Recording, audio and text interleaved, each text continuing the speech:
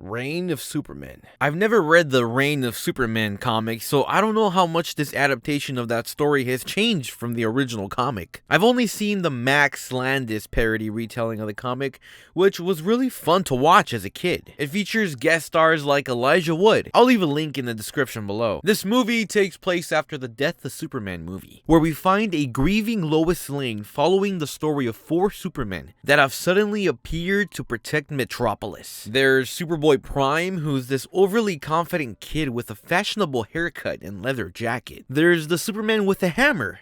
His name is Steel. There's Superman with a visor, who shoots lasers out of his hands. The visor is weird, man. Like, why? What the f were they thinking? This Superman is actually a kryptonian hologram made to protect Kal-El as he regains his energy. This brute looks exactly like Kal-El, and Wonder Woman has the hots for him. And there's also a cyborg Superman, whose firm understanding of truth and justice even fools Lois into thinking that Cyborg is Clark reincarnated. At least until Lois Lane realizes Cyborg Superman is a phony and a pawn to Darkseid. When Cyborg Superman starts turning people into mindless superhuman soldiers, that's when shit hits the fan, and even Lex realizes they need Kal-El back now more than ever. And Cyborg Superman ends up being a very formidable villain. He's this astronaut named Hank Henshaw, holding a grudge against Superman for not saving his crew and wife in time from imminent death. When Henshaw gets rid of Darkseid's hold over his body,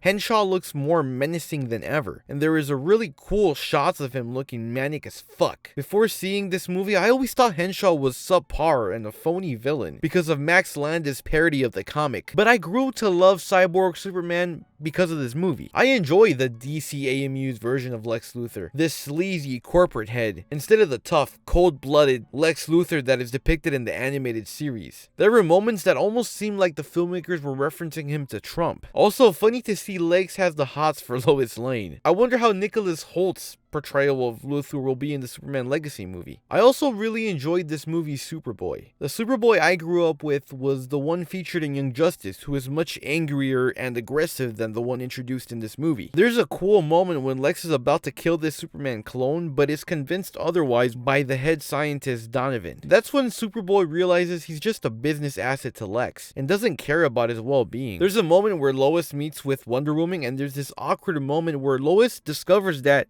Diana was Superman's lover. I thought it was funny and seemed like a realistic take on Superman's relationships. I know my boy was a little promiscuous. If you enjoyed this video, consider liking and subscribing. I'll be posting more videos like this one. My name is Superboy, and So, how old are you? Excuse me? How old are you?